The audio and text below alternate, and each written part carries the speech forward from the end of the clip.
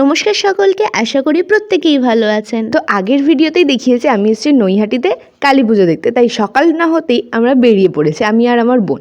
আর মামার বাড়ি এসেছি যখন বোনের থেকে জামা না নিয়ে পড়লে কি হয়, তাই জামাটাও বোনেরই। তো বেরিয়ে গেছি প্রথম ঠাকুর দেখতে। প্রথম ঠাকুরের প্যান্ডেলটা খুব সুন্দর ছিল, অনেক ছবি তুলেছি। কিন্তু তারপরে বেরিয়েছি হাঁটতে হাঁটতে মানে যতগুলো পারা যায় ঠাকুর দেখতে।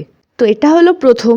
আর প্রথম ঠাকুরটাতেই না খুব সুন্দর ওই নাট বল্টু দিয়ে প্যান্ডেল করেছিল, আর প্যান্ডেলটা সত্যি সুন্দর লাগছিল।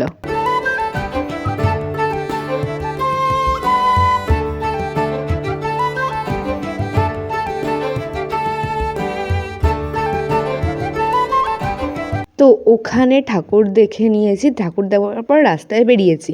এবারে আমরা যখন দুজনে মিলে রাস্তায় বেরোই, আমরা দুজনে নন স্টপ বকে যাই, আর কি বকি তার কোনো মাথাও থাকে না, মুন্ডুও থাকে না। তো চলে এসেছি পরের ঠাকুরটা দেখতে। পরের ঠাকুরটাও না খুব সুন্দর ছিল, সে নবান্ন থিমটা ছিল, নবান্ন। আর মানে আগে যেরকম ধান ভাঙাই হতো, তারপর ঢেকি দিয়ে ধান ছাঁটা হতো, সেই সমস্ত কিছু এর ভেতরে দেওয়া আছে আর কি। তো তারপর ওখান থেকে ঠাকুর দেখে সোজা চলে এসেছিলাম বড় মার কাছে, বড় মাকে দেখতে। আর এখানে তখন চলছিল দণ্ডি-ঘাটা। আর বড় মার আগেও অনেক বড় বড় ঠাকুর থাকে, সেগুলোও দেখছিলাম।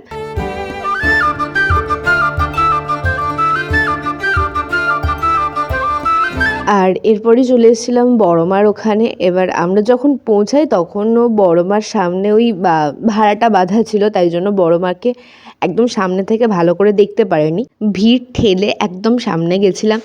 ওখান থেকেও বড় মাকে দেখা গেছে, তবে যেটুকু দেখতে পেয়েছি তাতেও মানে মন ভরেছে আর কি। তো ওখান থেকে বড় মাকে দেখে সোজা চলে গেছিলাম ওই লাইনের আরও ঠাকুরগুলো দেখতে।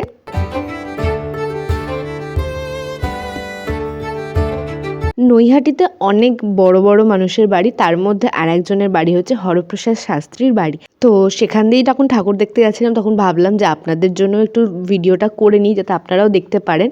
তো তারপর ওখান থেকে সোজা চলে গেছি আমরা পার্কে বসে কিছুক্ষণ ছবি তুললাম।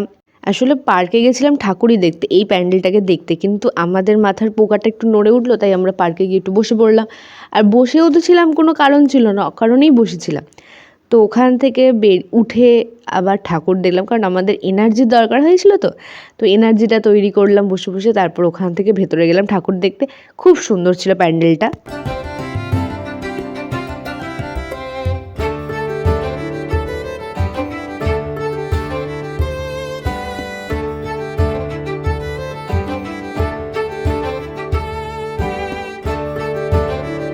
সব ঠাকুরগুলো দেখা হয়ে গেছে, সব না, কিছু ঠাকুর দেখা হয়েছে। এখন যাচ্ছি বাড়ি, কারণ আমাদের আবার রাত্রিবেলা ঠাকুর দেখতে যাওয়ার প্ল্যান আছে। তো রাত্রে কী কী ঠাকুর দেখেছি সেটাও আপনাদের সাথে শেয়ার করব।